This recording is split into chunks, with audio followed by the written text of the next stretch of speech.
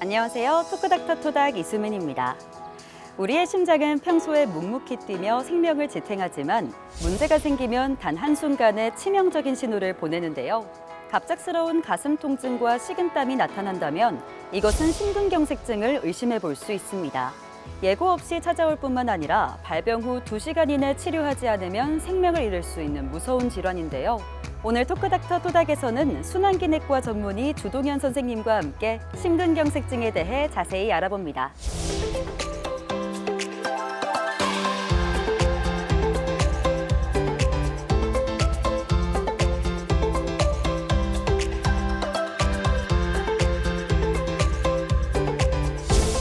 선생님 안녕하세요. 안녕하세요. 오늘의 주제 바로 심근경색증인데요. 위험한 질환인 만큼 정확히 어떤 질환이고 또 그 위험성은 어느 정도인지 궁금한데요. 심근경색증은 심장에 혈액을 공급하는 관상동맥이라고 있는데 그 관상동맥이 갑자기 막히면서 생기게 됩니다. 대표적으로 콜레스테롤이 혈관에 쌓이면서 혈관이 막혀서 생기는 질환입니다. 초기에 치료가 되지 않는다면 결국은 심부전으로 진행하거나 혹은 돌연사까지 일으킬 수 있는 매우 위험한 질환이기 때문에 빠른 치료가 필요한 질환이겠습니다. 너무 무서운 질환이네요. 그럼 이번 시간에는 이 심근경색증에 대해 많은 분들이 궁금해하는 점을 함께 살펴보겠습니다. 궁금증 모아모아 베스트 3 시작합니다.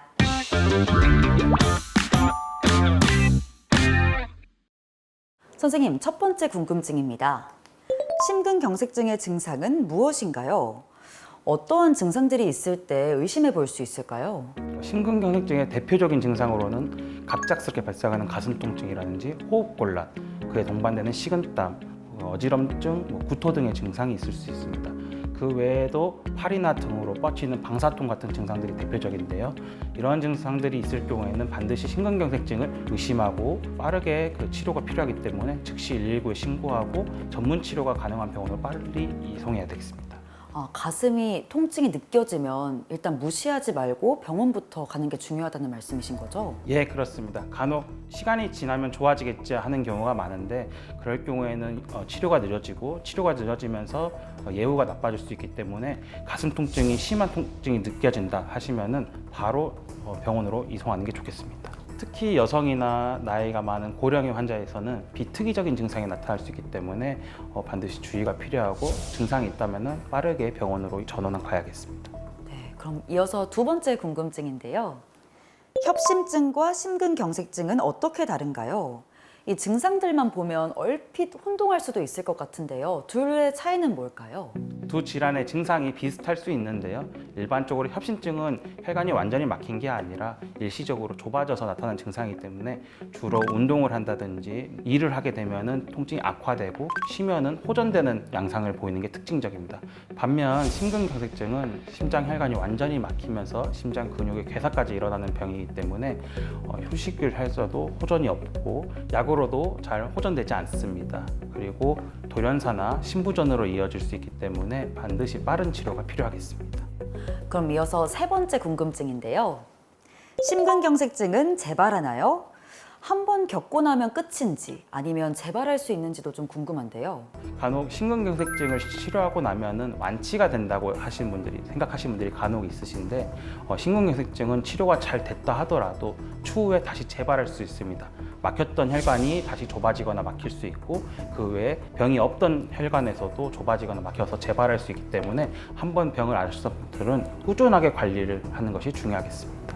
그럼 재발할 수도 있다고 하셨는데 그 재발 가능성을 낮출 수 있는 방법은 없을까요? 재발을 낮추기 위해서는 금연, 금주, 그리고 올바른 식사 습관, 그리고 규칙적인 운동, 스트레스 관리와 같은 올바른 생활 습관을 유지하는 것이 혈관 건강을 유지하는 데 굉장히 중요하겠습니다. 역시나 생활 습관 개선이 모든 질병의 만병통치약이죠.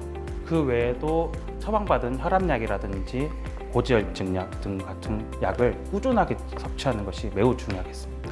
그리고 흡연과 같은 경우는 재발률을 2배 이상 올리는 걸로 알려져 있기 때문에 반드시 금연을 해야겠습니다. 심근경색증에 관한 궁금증 해결되셨나요? 지금까지 궁금증 모아모아 베스트 3였습니다.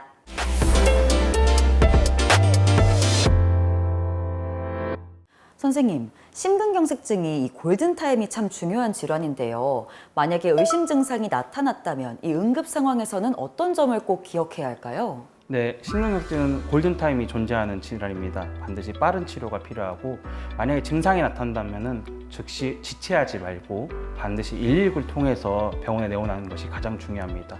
간혹 잠깐 지켜보면 좋아지겠지 하는 경우가 있는데 그럴 경우에는 치료가 느려지게 되면서 예후가 안 좋아질 수 있기 때문에 반드시 스스로 운전하지 마시고 119 통해서 병원으로 이송하세요. 그리고 니트로글리세린을 갖고 계신다면 설화정이나 뿌리는 것이 있다면 반드시 사용을 하고 5분 간격으로 2번 내지 3번 정도 사용했는데도 효과가 없다면 119가 올 때까지 기다리시고 병원으로 이송하시면 되겠습니다. 네, 1초가 중요한 질환인 만큼 이 응급처치 방법을 평상시에 꼭 숙지해둬야 될 것 같아요. 그렇다면 이 심근경색증은 어떻게 치료하는지도 궁금합니다. 네, 심근경색의 치료는 결국 막힌 혈관을 뚫어서 혈류를 회복하는 것이 중요한데요. 대표적인 방법으로는 관상동맥 중재술이 있습니다. 팔이나 다리의 동맥을 통해서 관을 심장까지 위치시킨 다음에 혈관을 확인하고 그쪽에 풍선을 넣어서 넓혀준 다음에 금속막인 스텐트를 넣어서 넓혀주게 됩니다. 그 외에도 시술이 어려운 환자의 경우에는 관상동맥 우회술이라고 해서 다른 혈관을 떼다가 심장 혈관에 붙여서 우회 도로를 만들어주는 수술 방법이 있겠습니다. 그 외에도 시술이나 수술이 모두 어려운 고령의 환자라든지 위험한 환자에서는 약물 치료를 통해서 심장 혈관을 뚫는 시도를 해볼 수 있습니다. 이번 시간에는 실제 환자분들의 사연 속에서 솔루션을 찾아보는 시간입니다. 선생님께서는 사연을 잘 듣고 그에 맞는 진단과 처방을 내려주시면 됩니다. 토닥토닥 솔루션 시작합니다. 첫 번째 사연인데요. 37세 남성분의 사연입니다. 안녕하세요. 얼마 전 갑작스러운 가슴 통증으로 응급실에 실려갔고 심근경색증 진단을 받은 뒤 바로 스텐트 시술을 받았습니다. 지금은 퇴원한 상태인데요. 운동은 언제부터 또 어떤 식으로 시작하는 게 안전할까요? 라는 사연입니다. 지금 이 환자분 같은 경우에는 이제 휴식기에 접어든 것 같은데 운동은 어떻게 하는 게 안전할까요?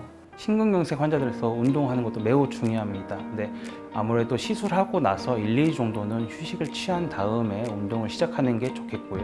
운동을 한다면 저강도 운동부터 해서 점점 시간의 지나감에 따라서 운동 강도를 증가시키는 것이 좋겠습니다. 아무래도 바로 고강도 운동을 하게 되면 심장에 무리가 갈 수 있기 때문에 저강도 운동, 몸에 맞는 운동을 시작해야 되고요. 만약에 병원에 재활 프로그램이 있다면 반드시 그 재활 프로그램을 이용해서 자기에 맞는 운동을 하는 것이 좋겠습니다. 그렇죠. 무리하지 않는 게 가장 중요하겠죠? 그렇습니다. 아무래도 무리를 하게 되면 과요불급이라고 심장에 무리가 될 수 있기 때문에 오히려 몸에 맞춰서 운동 강도를 점점 늘려가는 게 좋겠습니다. 그럼 이어서 두 번째 사연입니다. 58세 여성분의 사연인데요. 안녕하세요. 심근경색증으로 치료를 받았고 며칠 전 퇴원해 회복 중입니다. 병원에서 심장 재활 치료를 권유하셨는데 사실 운동이 부담스럽고 또 재활 치료가 꼭 필요한지 잘 모르겠습니다. 심장 재활 치료가 실제로 어떤 도움이 되는지 그리고 받지 않으면 어떤 문제가 생길 수 있을지 궁금합니다. 라는 사연인데요. 이 심장 재활 치료가 실제로 어떤 도움이 되고 왜 중요한가요? 심장 재활 치료는 단순히 운동만 하는 것이 아니라 심근경색증 회복과 재발 방지를 위한 종합적인 프로그램입니다. 먼저 평가를 통해서 환자의 심장 기능과 운동 능력을 정확히 파악하고 운동에 대한 위험군을 분류하고 환자 맞춤형 운동 처방에 의해 안전하게 운동 처방을 진행하게 됩니다. 또한 금연과 혈압과 혈당 관리, 식이요법, 스트레스 조절 등 생활 습관을 전반적으로 아우르는 체계적인 관리가 함께 이루어져야 합니다. 심장 재활은 단순한 회복을 넘어서 건강한 일상 복귀를 위한 필수 과정입니다. 많은 도움 되셨나요? 지금까지 토닥토닥 솔루션이었습니다. 선생님, 그럼 이번 시간에는 퀴즈를 풀면서 이 심근경색증에 대해 재밌게 알아보는 시간입니다. 건강상식 능력고사 시작합니다.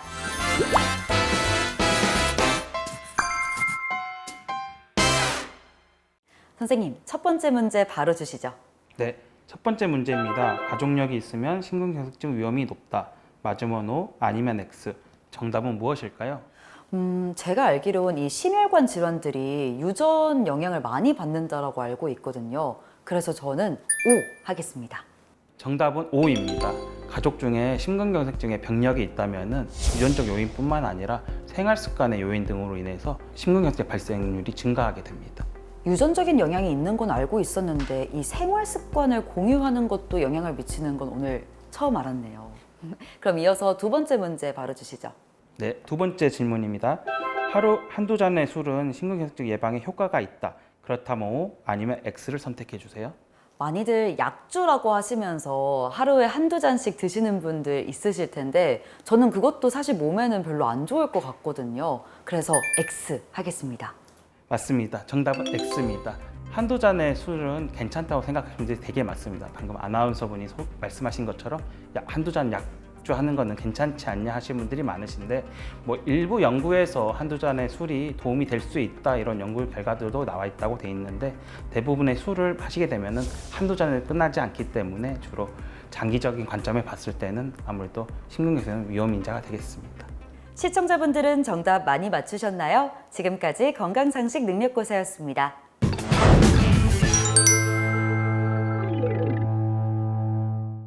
선생님 오늘 심근경색증에 대해 여러 말씀 해주셨는데요. 끝으로 예방하기 위해서는 어떤 점들을 신경 쓰면 좋을까요? 심근경색증은 아무래도 예방이 제일 중요합니다. 금연과 금주가 제일 중요하겠고요. 건강한 식습관, 규칙적인 운동을 하는 것이 중요하겠고요. 그 외에도 혈압이라든지 당뇨, 이상지질혈증이 있다면 적극적인 치료를 해야겠습니다. 체중을 유지하고 충분한 수면, 스트레스를 관리하는 것이 중요하겠습니다. 예방도 중요하지만 만약에 통증이 발생하거나 호흡곤란이나 식은땀 등의 증상이 발생한다면 직접 운전하지 마시고 119에 신고하셔서 반드시 생명을 지키시길 바랍니다. 토크닥터 토닥 오늘은 주동현 선생님과 함께 심근경색증에 대해 궁금했던 점들 얘기 나눠봤습니다. 저희는 다음 시간에 더 유익한 의학 정보로 인사드리겠습니다. 시청해주신 여러분 고맙습니다.